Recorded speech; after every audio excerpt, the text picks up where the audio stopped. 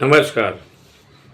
આજે સરકાર અને સરકારી તંત્ર તરફથી ડ્રાઈવરોને કેટલી તકલીફો પડે છે, ડ્રાઈવરો કેટલું નુકસાન ભોગવે છે, તેને આજે હું આપ સૌ સમક્ષ ઉજાગર કરીશ. આમાં ટેક્સીના 4 વ્હીલર ડ્રાઈવરો હોય કે રિક્ષાના ડ્રાઈવરો હોય, ખૂબ જ મોટી તકલીફોનો સામનો કરી રહ્યા છે. તેમાં પણ આ ઓનલાઈન એગ્રીગેટર કંપનીઓના લાયસન્સનું પણ ખુલ્લેઆમ છડેચોક ઉલ્લંઘન થઈ રહ્યું છે. જાણકારી મુજબ આના માટે અમે ઓટો રિક્ષા ચાલક વેલફેર એસોસિએશન દ્વારા છેલ્લા 2.5 વર્ષથી આના માટે લડત લડી રહ્યા છીએ. તેમ છતાં પણ એનું નિરાકરણ આવ્યું નથી. તેમાં માહિતી એવી મળી છે કે આ ઓનલાઈન એગ્રીગેટર કંપનીઓમાં માત્ર રિક્ષાને જ લાયસન્સ આપ્યું છે, 4 વ્હીલરને અને 2 વ્હીલરને તો લાયસન્સ જ આપ્યા નથી. અને બીજું કે આ સરકાર પોતાના સીએમ શ્રીએ વર્ષો પહેલાં ના પાડી હતી કે આ એગ્રીગેટર કંપનીઓમાં આ વસ્તુઓ ચલાવી ના લેવાય, સરકારી તિજોરીને નુકસાન પહોંચશે. તેમ છતાં પણ આ વાહનો હજુ પણ બિંદાસ ચાલી રહ્યા છે.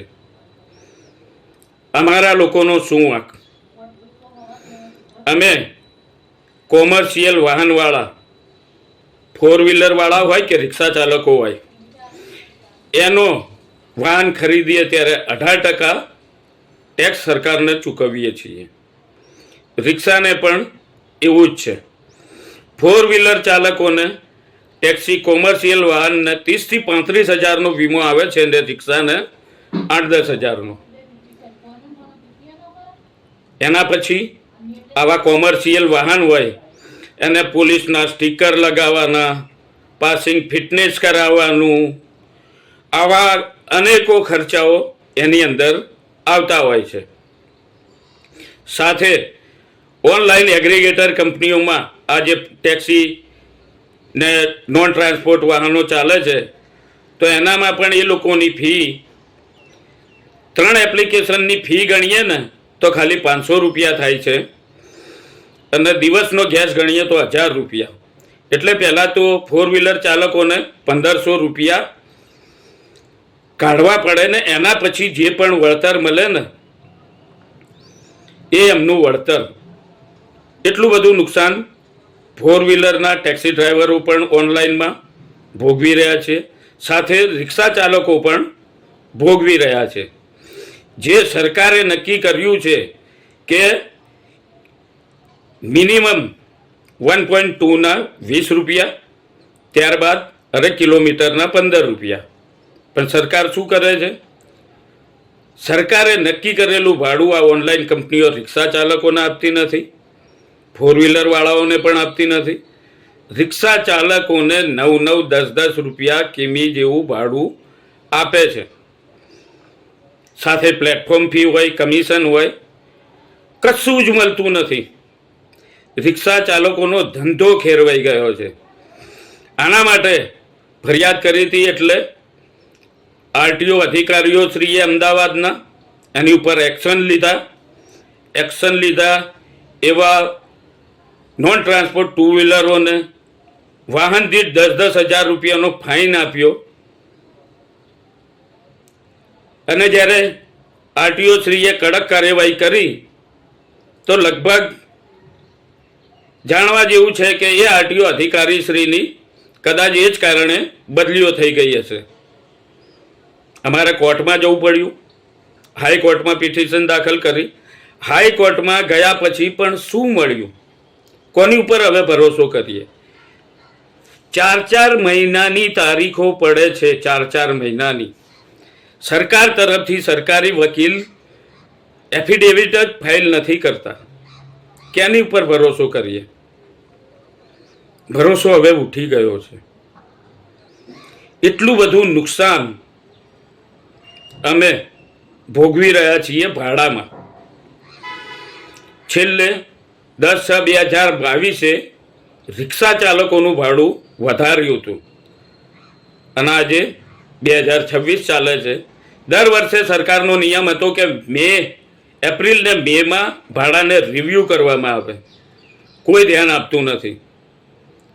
સ્વતંત્ર હવાલો આપેલો હોય ટ્રાન્સપોર્ટ વિભાગને તો પણ નેતાઓની મંજૂરીઓ લેવી પડે છે એવું જાણવા મળ્યું છે. ચારે બાજુથી પીસાતો રિક્ષા ચાલક અને 4-વ્હીલર ચાલકો છેવટે કરશે શું? અમદાવાદમાં 2.5 લાખથી ઉપર રિક્ષાઓ છે. આખા ગુજરાતમાં 18 થી 20 લાખ જેટલી રિક્ષાઓ છે. એટલી જ 4-વ્હીલરો પણ હશે. તમામને અન્યાય થાય છે. અમને મજબૂર ના કરશો. અમારે પરિવારનું ગુજરાન ચલાવવું છે. અમારી રોજી રોટી તમે છીનવીને આવી એગ્રીગેટર ભાલેતુજાર કંપનીઓને ના વેચી મારશો. મહેરબાની કરો. આ ભાજપ સરકારને, મોદી સાહેબને વિનંતી કરું છું કે અમારા નીતિ નિયમ પ્રમાણે સરકારે જે આપે છે એમાં જ અમને રહેવા દો. નહીં તો ના છૂટકે અમને અમારા રિક્ષા ચાલકો, તેઓના મિત્રોને પરિવાર સહિત આવનાર ચૂંટણીમાં મતદાનનો બહિષ્કાર કરવા માટે અમારે મજબૂર થવું પડશે. અમારી રોજીરોટી આ જ વ્યવસાય સાથે છે. અન્ય કોઈ વ્યવસાય અમે કરતા નથી. અમારી રોજીરોટી આ માલેતુજાર કંપનીઓને, એગ્રીગેટર કંપનીઓને ના વેચો. એમની ઉપર કડકમાં કડક પગલાં લો. અમારું સરકારશ્રીએ જે નક્કી કરેલું છે ભાડું એ અપાવડાવો અને નોન ટ્રાન્સપોર્ટ વાહનો આનામાં ચાલી રહ્યા છે તે બંધ કરાવો. અને જો આ બધું ના થઈ શકતું હોય તો મહેરબાની કરો, જે પણ ટ્રાન્સપોર્ટેશનના અમારા વ્હીકલ છે, 4-વ્હીલર છે કે રિક્ષાઓ છે, તેને પણ નોન ટ્રાન્સપોર્ટ બનાવી દો. પેઢી નંબર પ્લેટ હટાવીને સફેદ નંબર પ્લેટ અમને લગાવડાવી દો. એટલે અમને કદાચ એ ખર્ચામાંથી તો રાહત મળશે, તો અમે અમારું ઘર ગુજરાન ચલાવી શકું. જય હિન્દ, જય ભારત.